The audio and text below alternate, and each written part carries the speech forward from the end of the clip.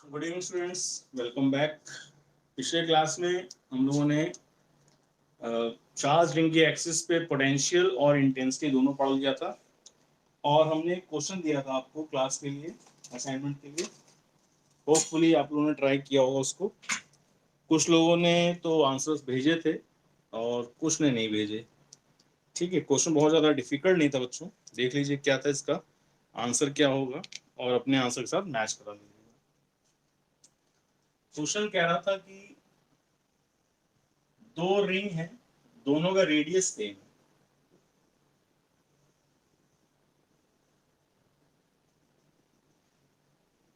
Assignment question जो आपको दिया गया था, दोनों का चार्ज डिस्ट्रीब्यूशन अलग अलग है।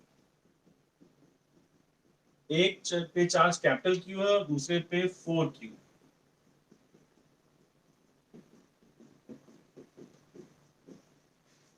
इनके सेंटर्स का सेपरेशन इज 4 मीटर गिवन था। दोनों का रेडियस 3 मीटर गिवन था। क्वेश्चन कह रहा था कि एक चार्ज स्मॉल क्यू को centre of first ring to centre of second ring ले जाने में वर्क डन निकालना है। ठीक है, तो पहला कॉन्सेप्ट ये है कि आप पहले यहाँ का पोटेंशियल देखें, इस जगह पोटेंशियल कितना है, V1 कितना है, V1 से पहुंच के कहा V2, ये बताना है V2 कितना है। तो अगर हम इस पॉइंट को देखें, ये पॉइंट कहां पर है, V1। V1 पर किसका पोटेंशियल होगा, तो बोलेंगे potential of the centre of the ring 1। इसका नाम रिंग 1 डाल दें, इसका नाम रिंग 2 डाल दें। तो ये point centre of the ring 1 के है, लेकिन ये point axis of the ring 2 के भी तो है। ये पॉइंट इसके एक्सिस पर है कि नहीं, हाँ भाई एक्सिस पर भी है। तो यहाँ दो पोटेंशियल होंगे, एक होगा due to being on the centre of the ring 1, तो सेंटर 1 का पोटेंशियल होगा यहाँ पे, और रिंग 2 की एक्सिस पर है तो रिंग 2 की एक्सिस का पोटेंशियल यहाँ पर होगा। तो इस जगह पे दो पोटेंशियल है, centre of the ring 1 and the axis of ring 2। ठीक, जो V2 है बच्चों, यहाँ पे V2, ये पॉइंट उसी तरह से कहां पर है, सेंटर ऑफ द रिंग 2 है, सेंटर ऑफ द रिंग 2 है। एंड ये पॉइंट अगर देखो तो रिंग 1 के कहां पर है, तो रिंग 1 के एक्सिस पर। ठीक है, रिंग 1 के एक्सिस पर, तो रिंग 1 के एक्सिस पर है, तो यहां भी दो पोटेंशियल होंगे, एक्सिस और रिंग 1 वाला। ठीक, अब कॉन्सेप्ट आपके पास है ही, यहां से अगर डिस्टेंस कितना बच्चों, 4 मीटर है। तो पहला V1 निकालने के लिए सेंटर ऑफ द रिंग, किसी भी रिंग के सेंटर पोटेंशियल क्या होता था, KQ बाय उसका radius, KQ by R। R कितना है, 3 मीटर, चार्ज कितना है Q, प्लस रिंग 2 का एक्सिस, रिंग 2 का एक्सिस का पोटेंशियल फॉर्मूला क्या था बच्चों, KQ, Q कितना है 4Q अपॉन R स्क्वायर यानी 3 स्क्वायर प्लस X स्क्वायर कितना 4 स्क्वायर अंडर रूट यानी 1/2। कितना आ गया, 9 16 25 यानी 5। तो V1 की वैल्यू बच्चों आ रही है KQ/3, तो फुल ये विजिबल होगा, हाँ ठीक है, KQ/3, और ये होगा 4KQ/5 प्लस 4KQ/5। ये पोटेंशियल आ रहा है आपका V1। इसी तरह से V2 अगर कैलकुलेट करें तो सेंटर ऑफ द रिंग 2 का पोटेंशियल क्या लिखोगे, KQ, चार्ज कितना है इसका 4Q अपॉन रेडियस, रेडियस कितना है 3 मीटर, प्लस अब ये पॉइंट रिंग 1 का एक्सिस वाला पॉइंट है, तो फॉर्मूला क्या था, KQ, Q कितना Q है, और R square 3 square, X square 4 square, और फिर से पावर 1/2। तो V2 का रिजल्ट बच्चों यहां लिख दे रहे हैं, V2 का रिजल्ट आ रहा है 4KQ/3 प्लस ये क्या लिखा हुआ है अपॉन में 5KQ/5। ये आ गया आपके दो पोटेंशियल V1 एंड V2। अगर आपकी कैलकुलेशन V1 और V2 की सही है तो आपका आंसर आ जाएगा, फिर अब कोई बड़ी बात नहीं है। कुछ बच्चों ने इसमें अधूरा सोचा था, वो सिर्फ यहाँ का सेंटर ले रहे थे, फिर यहाँ का सेंटर ले रहे थे, ये भूल जा रहे थे कि ये पॉइंट इसके सेंटर पर है और इसके एक्सिस पर है, ये पॉइंट इसके सेंटर पर और इसके एक्सिस पर है। अब क्या करना है, वर्क डन निकालना है। तो वर्क डन इसको अगर जोड़ लें, ठीक, 20 KQ plus 3 KQ 23 KQ by 15, this is V2। इसी तरह से V1 में क्या लिखा होगा, एलसीएम 15 होगा और यहां लिखा होगा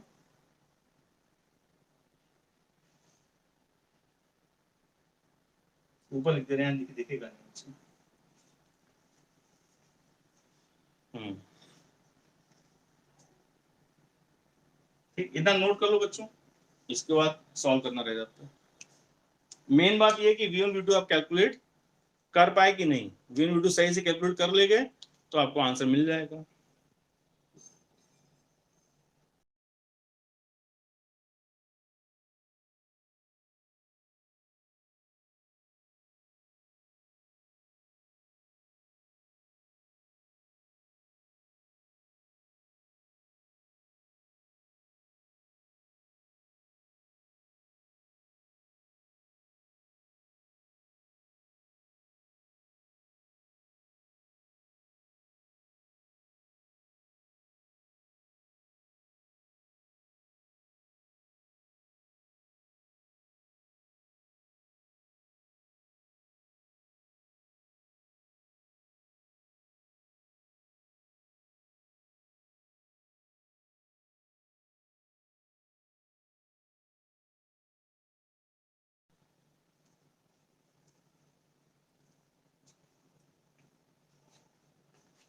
ठीक, इनको यहाँ लिख देते हैं। एलसीएम देखो बच्चों 15, सो यहाँ लिख देते हैं।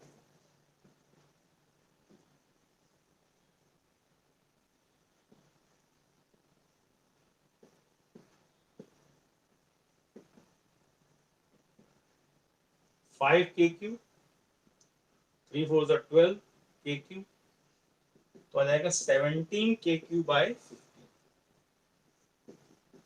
ठीक, अब फाइनल स्टेप बर्डन क्या करते थे, work is equal to Q delta V हो जाता था।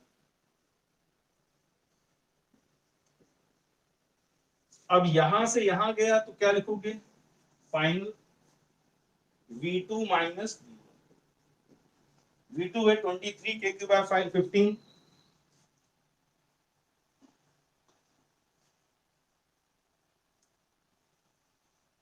V2 कितना था 23 बाय 15 और ये था 17 बाय 15, यहाँ लिख दे।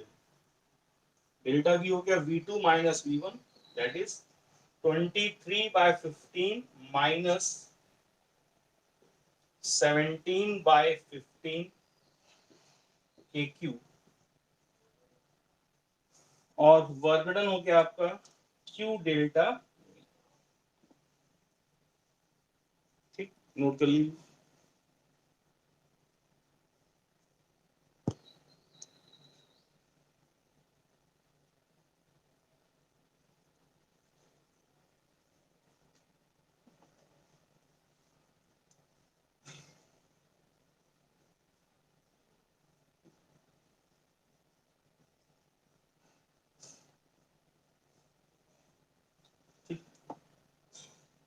तो जिनका आंसर 2 KQ बाय 5 आ रहा है, KQ स्मॉल q बाय 5 आ रहा है, उनका आंसर सही। और जिनका आंसर अलग आ रहा है उनका आंसर गलत है या अधूरा है, इसको आप चेक कर सकते हैं।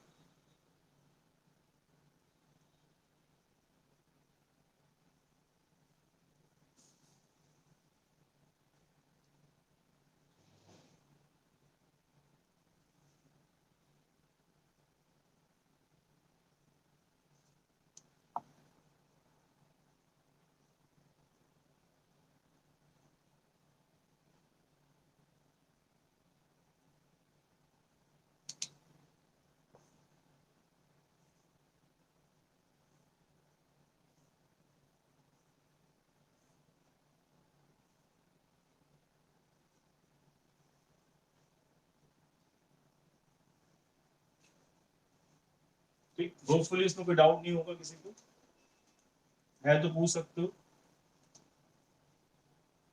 एक पॉइंट पे दो पोटेंशियल, सेंटर की वजह से और दूसरी रिंग की एक्सिस की वजह से। ये मेन बात इसमें ध्यान देने वाली थी। ठीक,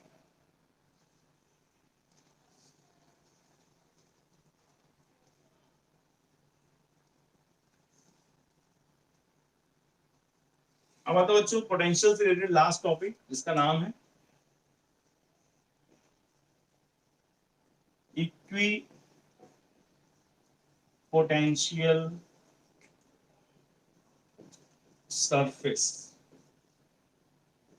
शॉर्ट में इसको बोला करेंगे ईपीएस। तो नाम से जाहिर है इक्वल पोटेंशियल वाला सरफेस, यानी the surface at which the potential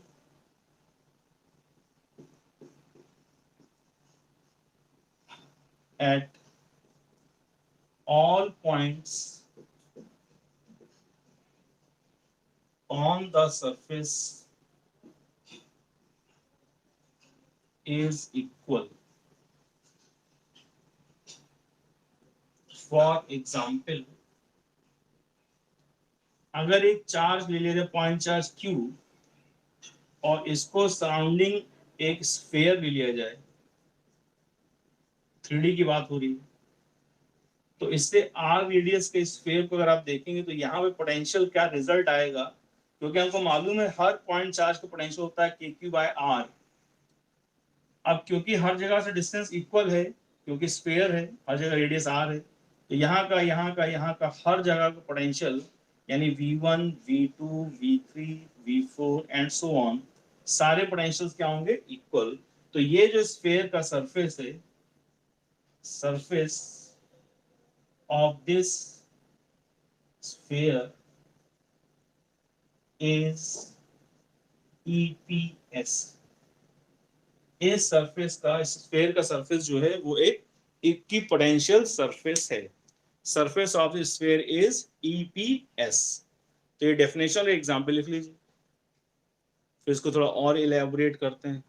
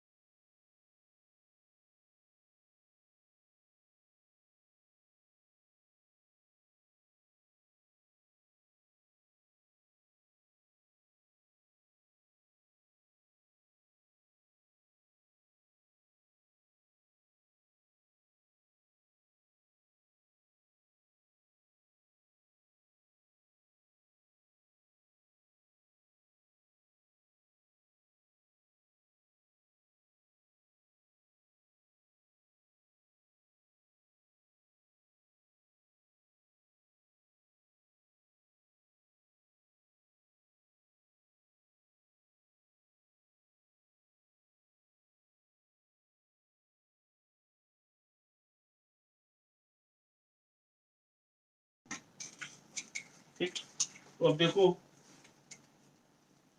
after this definition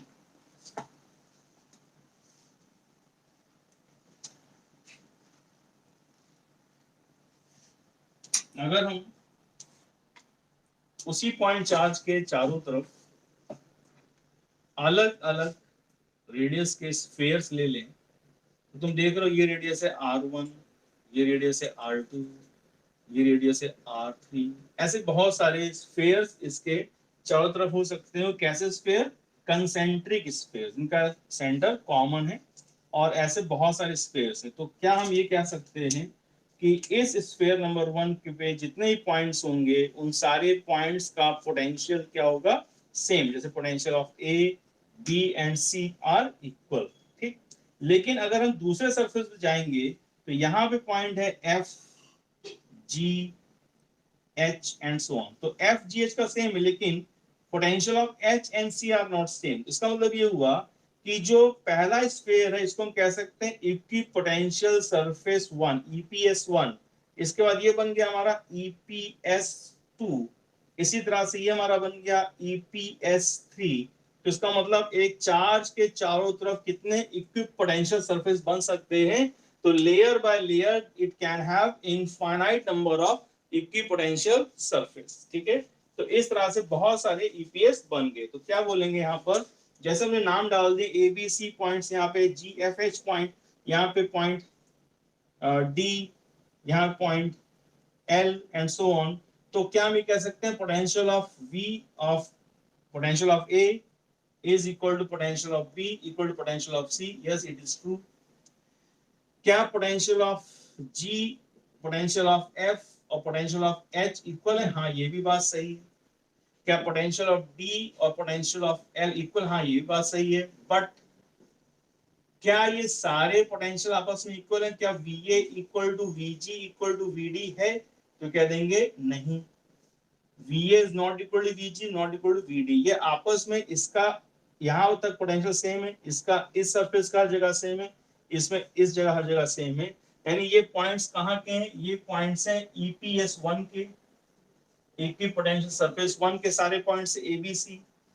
GFH किसके हैं? ये हैं इक्विपोटेंशियल 2 के सारे पॉइंट्स. और D और L किसके हैं? ये हैं EPS 3 के. तो किसी भी एक सरफेस पे आप रहते हैं तो वहां पे सारे पोटेंशियल सेम होते हैं, लेकिन एक सरफेस से दूसरे सरफेस के पोटेंशियल कंपेयर करेंगे तो वो इक्वल नहीं.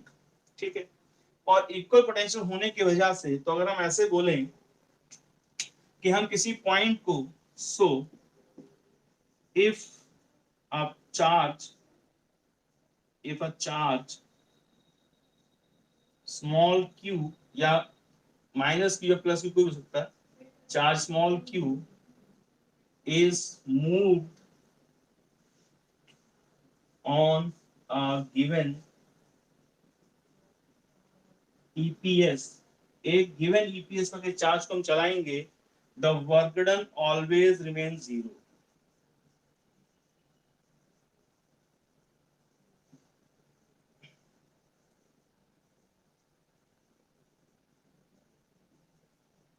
क्यों?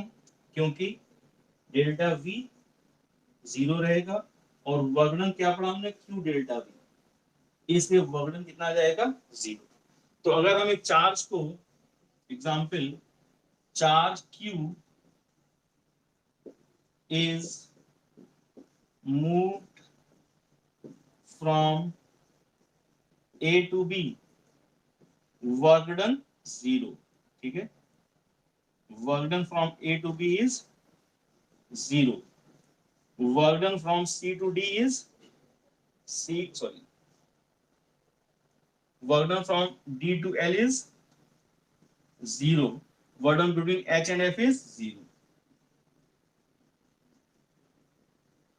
ठीक, एक ही सरफेस पे अगर मूव करा रहे हैं तो वर्क डन क्या मिलते जाएंगे? 0 मिलेंगे, क्योंकि पोटेंशियल डिफरेंस 0. ये हो गया एक पॉइंट. इसका बाद आता है अगला पॉइंट, इतना नोट कर लो.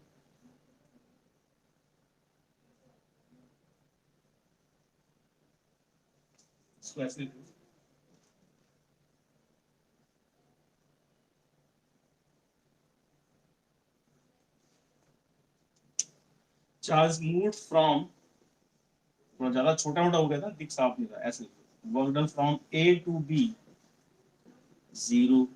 Work done from F to G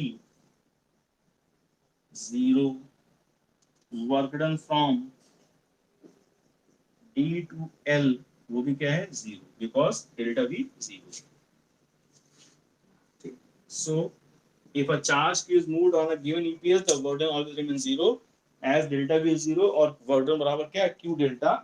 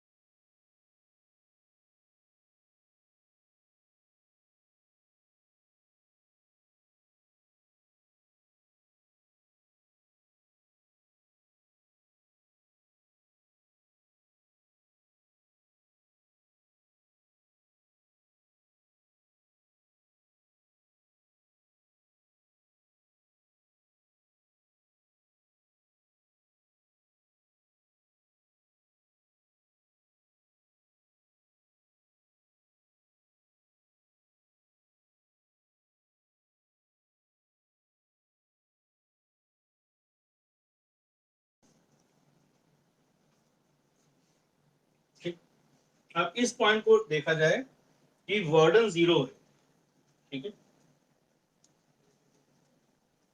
तो वर्डन अगर 0 है, इससे एक और कंक्लूजन निकलता है बच्चों, उस कंक्लूजन को आप याद रखेंगे as a characteristic of EPS.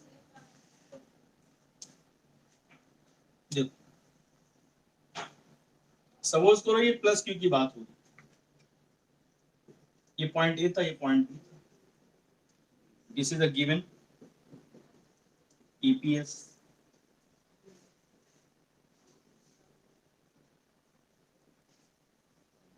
अब यहां पे कोई चार्ज बच्चों स्मॉल क्यू, प्लस क्यू ले सकते हो, माइनस क्यू भी ले सकते हो, और हमने ए से बी पे इसको अगर शिफ्ट किया तो हम मालूम है work done between A to B is 0, ठीक। हमें ये पता है कि यहाँ पे इस चार्ज पे फोर्स लग रहा है कि नहीं लग रहा है, लग रहा है, because of the electric field produced by this charge. तो यहाँ पे फोर्स कितना लग रहा है, फोर्स ऑन स्मॉल क्यू, तो F इज इक्वल टू क्या है, Q इंटू ई।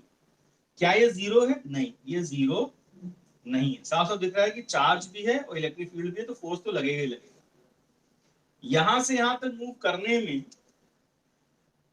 यहां से यहां तक मूव करने में जो डिस्प्लेसमेंट हुआ S, क्या वो 0 है, नहीं वो भी 0 नहीं।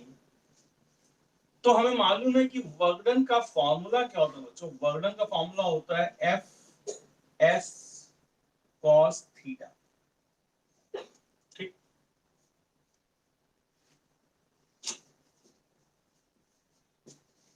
ए से बी तक की बात कर रहे हैं, तो वर्ड होता है एफ एस कॉस थीटा, और वो क्या है, वो है 0, ठीक। क्यों 0, वो हमने रीजन अभी देखा था, वर्डन है 0, जिसमें से एफ 0 नहीं है, एस भी 0 नहीं, फिर भी वर्डन 0 है। इसका मतलब क्या हुआ, इसका मतलब क्या हुआ कि cos थीटा मस्ट बी 0, और cos थीटा अगर 0 है तो इसका मतलब ये हुआ कि थीटा मस्ट बी 90 डिग्री, ठीक बात। तो ये पॉइंट हमने यहां से बच्चों कंक्लूड किया कि जो इलेक्ट्रिक फील्ड इंटेंसिटी है वो हमेशा इस ईपीएस के साथ कितना एंगल बनाएगी, कितना एंगल बनाएगी, 90 डिग्री बनाएगी ऑलवेज, ठीक। यानी ये हो गया इसका concluding point number 2, that electric lines of force, जिनको हम ईएलएफ कहते हैं, इनकी कैरेक्टरिस्टिक हम ऑलरेडी पढ़ चुके हैं, electric lines of force are always perpendicular, always perpendicular to a given EPS,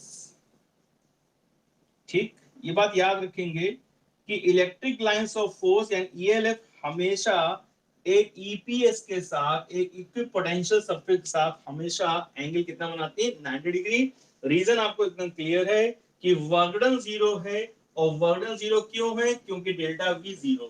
क्यों डेल्टा वी 0 है, क्योंकि पोटेंशियल सेम है, पोटेंशियल सेम है या इक्वल है। क्यों इक्वल है, अरे भाई ये इक्वी पोटेंशियल सरफेस है, इक्वी पोटेंशियल सरफेस है, तो हर पॉइंट का पोटेंशियल इक्वल है, तो delta we change in potential 0 है, तो वर्क डन 0 है। वर्क डन 0 है तो इनमें से ना एफ 0 है ना एस 0 है, तो क्या 0 होगा कि वर्क 0 आ जाए, तो cos थीटा 0 होगा। cos थीटा 0 कब होगा, तो थीटा क्या होगा, 90 degree. It means the electric lines of force are always perpendicular to a given electric electropotential surface, यानी इक्विपोटेंशियल सरफेस के हमेशा 90 डिग्री पे रहता है, ठीक है। ये पॉइंट लिख लीजिए, रीजन आपके पास है, और कंक्लूडिंग पॉइंट नंबर 2 ये रहा, नोट कर लीजिए।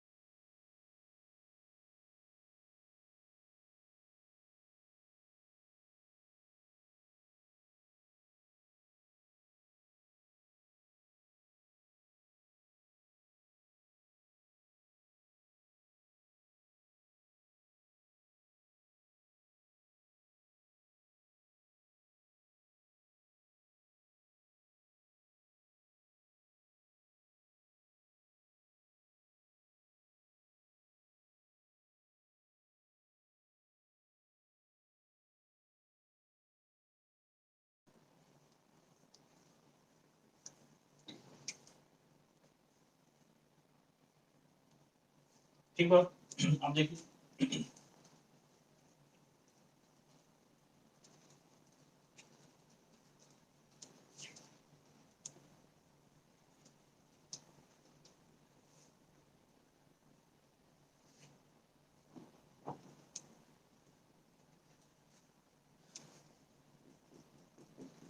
depending on the type of charge, EPS can have following shapes. पहला, अगर कोई पॉइंट चार्ज है, तो जैसा हमने भी देखा पॉइंट चार्ज का ईपीएस कैसा था बच्चों, स्फेरिकल ईपीएस। ये पॉइंट चार्ज है, इसके चारों तरफ स्फेरिकल ईपीएस बन गया। लाइन चार्ज यानी चार्ज का डिस्ट्रीब्यूशन एक लाइन में हो, तो इसका शेप बनता है सिलेंड्रिकल ईपीएस। यानी जैसे पॉजिटिव है, ये मान लो पॉजिटिव, तो इसके चारों तरफ इस तरह के ये ईपीएस का शेप होता है, सिलेंड्रिकल ईपीएस। और ऐसे ही कहा जाए कोई शीट सोर्स है, शीट का मतलब होता है बच्चों चार्ज का डिस्ट्रीब्यूशन एक इनफाइनाइट एरिया में। इनके बारे में और डिटेल जानेंगे, शीट के बारे में, लाइन के बारे में रिजल्ट भी डिस्कस करेंगे अपने अगले चैप्टर्स का नाम है गॉस थ्योरम, ठीक है ना।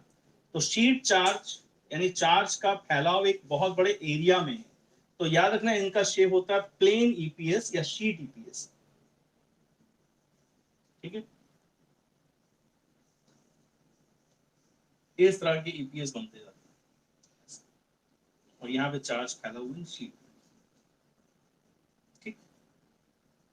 तो कोई भी हो, ELF are always perpendicular to the EPS, चाहे कोई भी हो।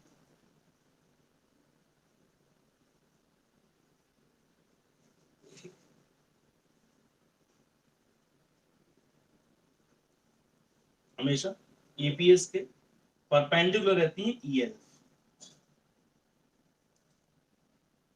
तो तीन शेप नाम याद रखना, इनके डायग्राम्स इतने इंपॉर्टेंट नहीं बच्चों, बस नाम याद रखना। पॉइंट चार्ज है तो स्फेरिकल ईपीएस, लाइन चार्ज है सिलेंड्रिकल ईपीएस, शीट चार्ज है तो प्लेन ईपीएस या शीट ईपीएस भी कह देते हैं, एक ही बात है। ये तीनों डायग्राम बना लीजिए, point charge, line charge and sheet charge. EPS and ELF are always perpendicular to each other, ये बात याद रखेंगे।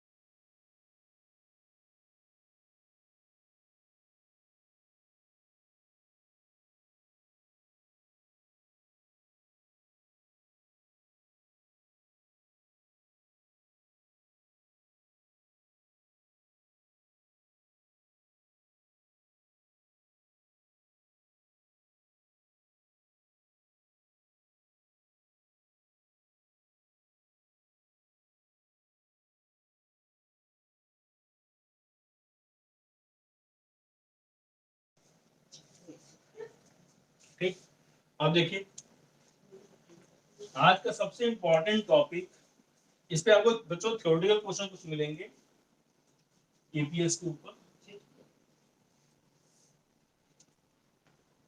अब सबसे important topic electric intensity potential का है, इलेक्ट्रिक डाइपोल। इंपॉर्टेंट इसलिए हो जाता है बच्चों क्योंकि इलेक्ट्रिक डाइपोल में काफी चीजें मैकेनिक्स की भी इन्वॉल्व हो जाती हैं, जैसे torque, work done, potential energy, equilibrium positions. ठीक है, ये सब चीजें इसके अंदर देखनी है। साथ ही साथ इंटेंसिटी पोटेंशियल जो पढ़ा वो तो है ही, वो तो पैरेलल में चलते ही रहेगा। तो let us understand what do you mean by an electric dipole. Electric dipole, electric मतलब चार्ज की बात हो रही, डाई मतलब दो और पोल मतलब पोलैरिटी। इसका मतलब ये हुआ कि when two charges of equal magnitude, ठीक, वैल्यू इक्वल उनकी, equal magnitude but opposite polarity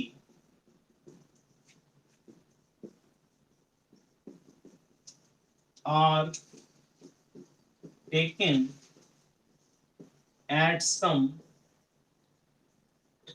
finite distance apart। finite मतलब निश्चित दूरी, infinite नहीं, finite distance apart,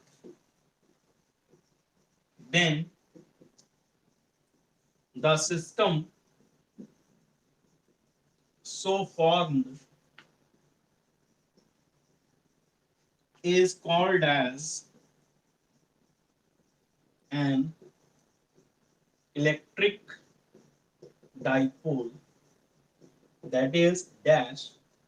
यानी कि जब आप दो चार्ज ले लीजिए बच्चों, इक्वल वैल्यू है Q और Q, फर्क ये एक माइनस Q और एक प्लस Q, ये दोनों चार्ज जब एक निश्चित दूरी पर हैं, एक फाइनाइट डिस्टेंस पर हैं, तो ये जो सिस्टम है ये मिलकर बनाता है एक electric dipole.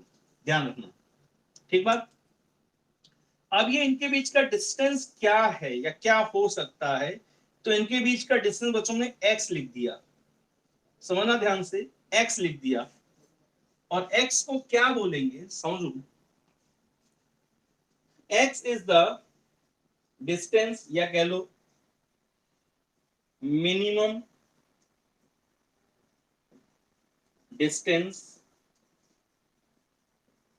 Between the charges, between कौन कौन, plus Q and minus Q। अब ये मिनिमम का क्या मतलब है, क्यों हम इसको ऐसा लिख रहे हैं, उस पर भी हम बात करेंगे। पहले ये डायग्राम बना लो, एक डेफिनेशन।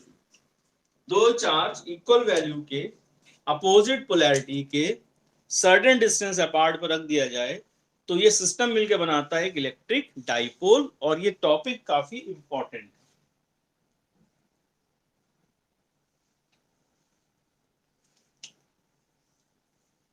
ठीक,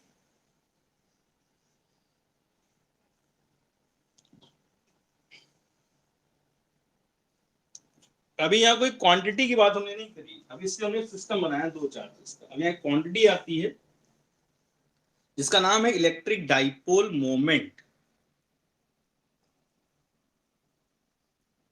पहले इतना लिख लो।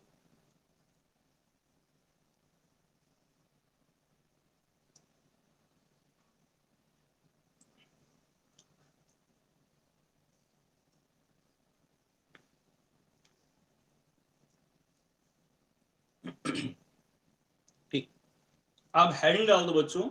हेडिंग है electric dipole moment, electric dipole moment.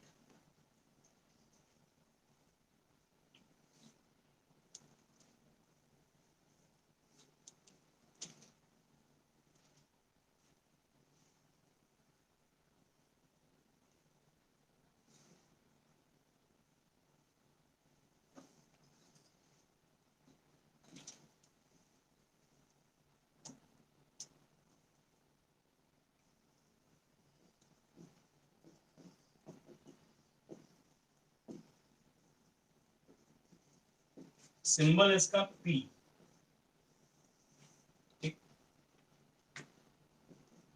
It is defined as the product of magnitude of charge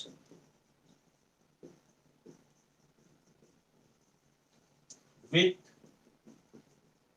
the minimum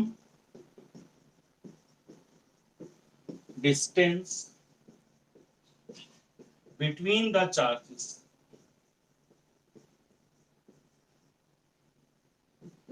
मतलब समझो, अभी हमने देखा दो चार्ज वैल्यू इक्वल है पर पोलैरिटी अपोजिट, एक प्लस एक माइनस है, और इनके बीच का मिनिमम डिस्टेंस हमने लिखा x। तो electric dipole moment P is defined as product of charge, कोई भी चार्ज हो तो चाहे प्लस या माइनस, उसका मैग्नीट्यूड से मतलब है, माइनस प्लस से कोई लेना देना नहीं। Q मल्टीप्लाई कर दो, Q multiplied with the minimum distance between the charges and multiplied with x. So this forms an electric dipole moment. अब x का क्या सिग्निफिकेंस है, कुछ के दिमाग में आ रहा है सर हमने ये 2l पढ़ा है, p बराबर 2ql पढ़ा है सर, आप इसको 2l क्यों नहीं ले रहे हैं, x क्यों ले रहे हैं? इसीलिए तुमको समझा रहे बच्चों कि बुक्स में 12th की बुक में आपके 2l ही लिखा रहता है, 2l से काफी गड़बड़ हो जाती है कभी कभी, तो अब इसको आप x लेके समझिए, फिर उसको 12 4l जो कहोगे वो लिख देंगे, ठीक है। फिलहाल यूनिट क्या दिख रही है बच्चों आपको, इसकी यूनिट दिख रही है कूलाम इनटू मीटर, और नेचर इसका क्या है, इसका नेचर है वेक्टर। यानी अगर वेक्टर है तो इसका डायरेक्शन भी होता होगा, तो याद रखो direction of P is always from minus q to plus q within the dipole। मतलब विद इन द डाइपोल का क्या मतलब हुआ सर, देखो डायरेक्शन कहां से कहां, minus Q two plus Q with in the dipole, मतलब कुछ इस तरह से दिखेगा बच्चों, माइनस क्यू से प्लस क्यू की ओर ये डायरेक्टेड है इस तरह से, और डाइपोल के अंदर ही अंदर ये ऐसे बाहर जैसे लाइंस बनाते हैं तो वैसे नहीं बनेगा, लाइंस बनती है प्लस से माइनस, लेकिन डाइपोल डायरेक्शन कहां से कहां बच्चों, माइनस से plus, from minus Q two plus Q with in the dipole, इस तरह से बनाएंगे, ठीक है। P का डायरेक्शन है माइनस क्यू से प्लस क्यू की तरफ, यानी opposite to electric lines of force, ठीक है। इतना बना दो,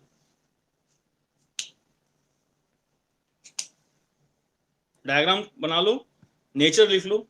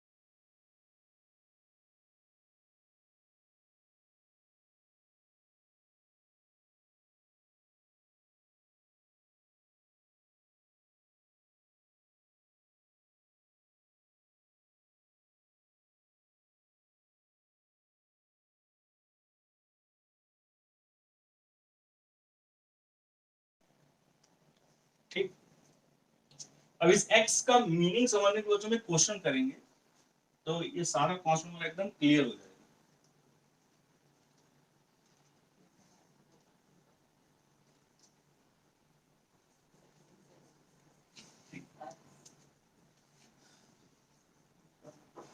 if charges plus, हाँ बेटा क्या हुआ बोलो। अच्छा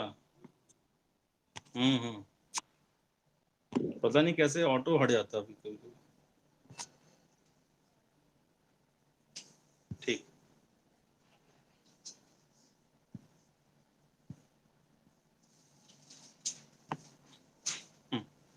if charges plus q and minus q are given at two ends of a rod such that the dipole moment is P1. Now the rod is bent in the form of a semicircle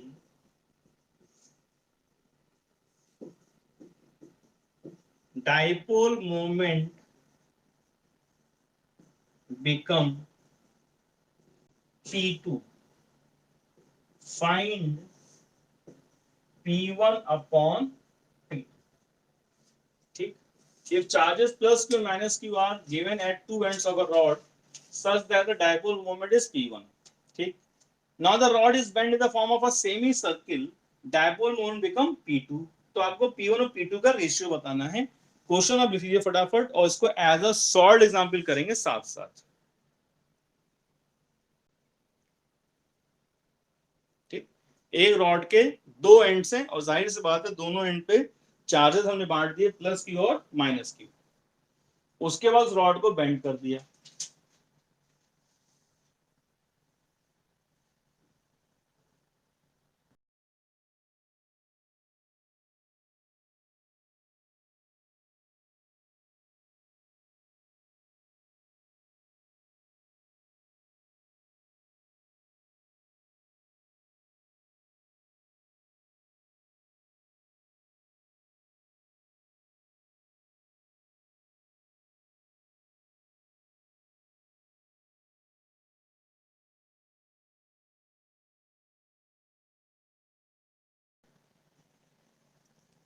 ठीक, अब question को समझे बच्चों।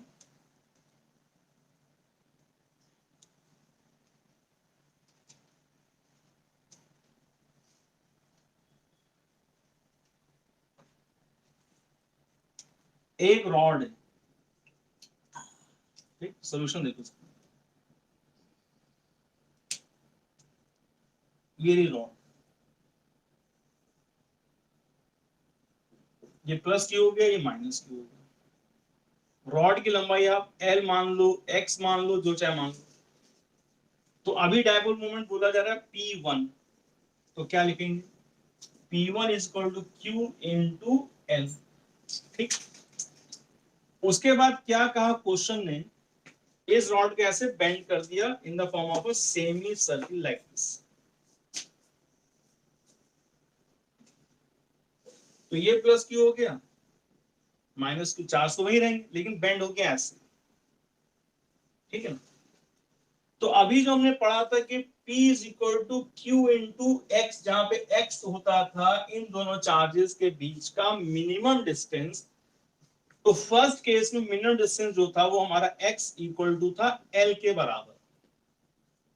वो L जो rod की length है वो ये हो गई, बेंड होकर के सेमी सर्कुलर फॉर्म में आ गई लेंथ। ठीक, अब हमें लिखना है P2, तो P2 हो गया Q into minimum distance between the charges, तो बच्चों ध्यान से देख लो, क्या इनके बीच का डिस्टेंस हम L लेंगे या हम ये जो डिस्टेंस दिख रहा है डायमीटर के बराबर वो लेंगे। तो हमें मालूम है माइनस क्यू प्लस क्यू का मिनिमम डिस्टेंस जो है वो डायमीटर है, ये रहा डायमीटर। यानी अब x हमारा किसके बराबर आ जाएगा, यहां से आता रेडियस है r, तो डायमीटर क्या होता है 2r। तो इसका मतलब ये हुआ कि अब हम x बराबर लेंगे 2r, यानी q is equal q into 2r। Formula पहले भी यूज किया था, पहले x बराबर l था, अब x बराबर 2r हो गया। ठीक है, इसका रेशियो बताना है हमको, तो हमने लिख दिया P1 अपॉन P2। पहले क्या था Q इंटू L, अब क्या है Q इंटू 2R, Q और Q चले गए, L अपॉन 2R। ठीक बात। क्वेश्चन में ना तो हमको L के बारे में कुछ बताया था ना रेडियस दिया हुआ, तो हमें एक बात मालूम है कि जो रॉड की लंबाई थी अब वो कन्वर्ट हो गई इसके हाफ सरकमफेरेंस में। हाफ सरकमफेरेंस क्यों, क्योंकि ये सेमी सर्किल है। तो हमें बात मालूम है क्योंकि लेंथ इज इक्वल टू पूरा सरकमफेरेंस होता है 2 पाई आर, लेकिन ये हो गया केवल आधा, यानी बचा पाई आर, हाफ सरकमफेरेंस। तो यहां लिख दिया हमने एल की जगह पर पाई आर, नीचे पहले से लिखा हुआ था 2r, तो r और r बच्चों कैंसिल हो गए, तो आपका P1 अपॉन P2 का रेशियो बन गया पाई इज टू 2। तो हमने क्वेश्चन भी समझ लिया और साथ ही साथ हमें ये मिनिमम डिस्टेंस का कॉन्सेप्ट भी क्लियर हो गया। ठीक है, होपफुली आपको समझ में आ गया होगा। फिर भी कोई डाउट है तो पूछ सकते हो।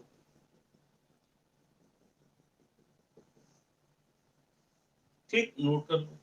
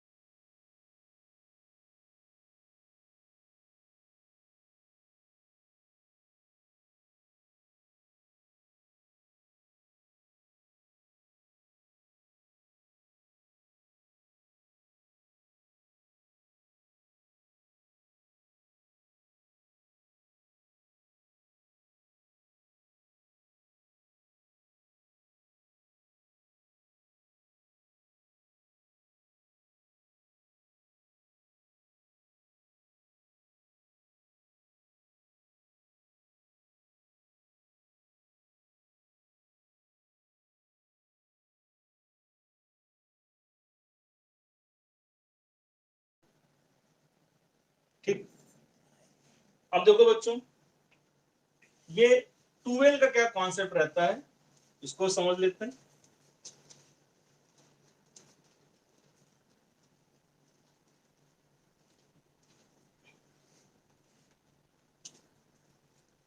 तो जब भी कोई पॉइंट हमें दिया जाता है डाइपोल से x डिस्टेंस पे, a point from the dipole अगर कोई कहता है, ठीक, a point from the given dipole is always taken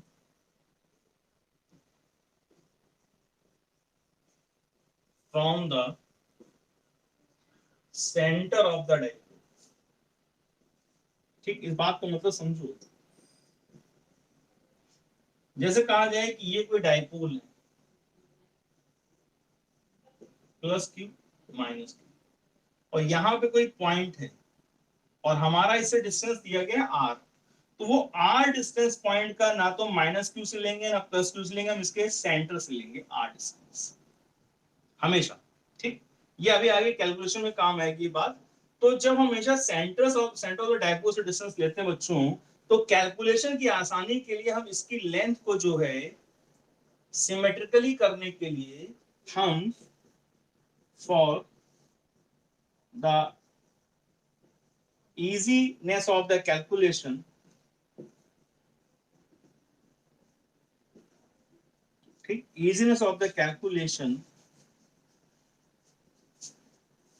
we take, it is not compulsory, ठीक है, we take x is equal to 12, हम x की वैल्यू 12 के बराबर ले लेते हैं, जिस वजह से हम डाइपोल को लिखते हैं p बराबर q इंटू, तो यहां से डिस्टेंस आपका क्या हो गया बच्चों, 12 हो गया, तो 12 लिखने से आप लिख देते हैं 12। तो डाइपोल मोमेंट आपने बुक्स में लिखा देखा है P बराबर Q इंटू 12, तो इसको हम ऐसे ही याद रखें P बराबर Q इंटू 12, लेकिन कुछ दिन बाद हमारे दिमाग में क्या बन जाता है ये बन जाता है 2QL, हालांकि गलत थोड़ी ना, लिखा तो सही है, P बराबर Q इंटू 12 या 2QL, तो बच्चे इसको एज अ फॉर्मूला याद कर लेते हैं, P बराबर 2QL। आपको ये नहीं करना है, आपको क्या रखना है, Q इंटू एक्स, ये x अगर 2L है तो Q इंटू 2L, अगर ये x 3L है तो Q इंटू 3L, अगर ये डिस्टेंस L है तो Q इंटू L, तो what ever is the distance you have taken, multiply Q with that only, it may be 2L 4L 3L 5L what ever. तो आपको याद रखना है कि फॉर्मूला क्या है बच्चों, फॉर्मूला है P बराबर Q इंटू एक्स, और वो x क्या हो सकता है, जो आप लेना चाहें वो ले सकते हैं, ठीक है। तो बुक्स में 12th में जो आपने डेरिवेशन पढ़े होते हैं या जो पढ़ते हैं, हर बुक में आपको जो डिस्टेंस बिटवीन द चार्जेस है वो आपको 2L लेकर के मिलेगा। उसका रीजन मैंने आपको बता दिया है कि 2L लेने का रीजन क्या है कि जब हम सेंटर से डिस्टेंस नापते हैं तो दोनों के L और L में बांट लेते हैं। अगर मैं L लिया होता तो L/2 करना पड़ता, एक फ्रैक्शन आ जाता, जबरदस्ती एक अजीब सी कैलकुलेशन करनी पड़ती, इसलिए हम कन्वेंशनली इसको 2L ले लेते हैं, ठीक बात। I hope I am clear with it. तो आपको क्या याद रखना है कि P बराबर होता है Q into x, x is the minimum distance taken between the charges, ठीक है, इसको नोट कर लीजिए, जैसे लिखा हुआ वैसे ही।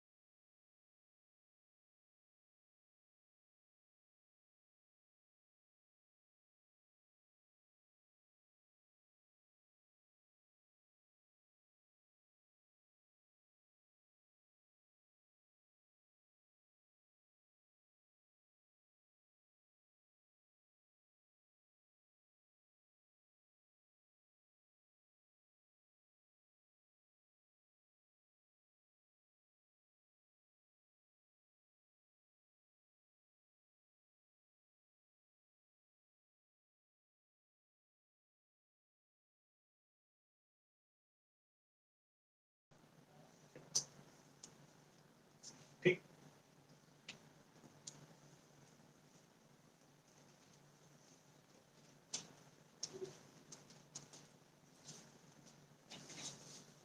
ठीक बच्चों, अब इसको जो है आप रिवाइज कर लेंगे और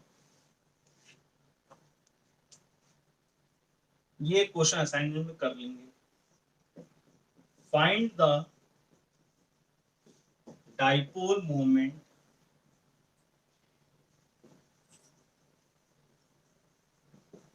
of the given system of 4 charges placed on a square as shown, ठीक है। इस स्क्वायर पे रखे चार्जेस से जो इस सिस्टम का डाइपोल मोमेंट बन रहा है उसकी वैल्यू आपको बतानी है, अगर बन रहा है तो, नहीं बन रहा है कोई बात नहीं। This is 2a, this is 2a,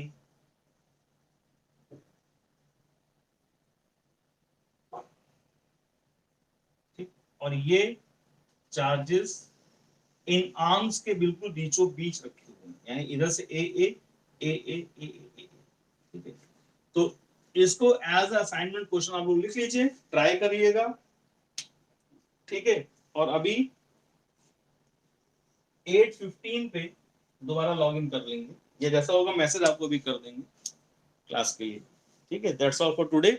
इसको लिख कर बच्चों आप लॉग आउट कर सकते हैं, इसको लिख के लॉग आउट कर सकते हैं, क्वेश्चन करके हमें आप इसको भेज दें।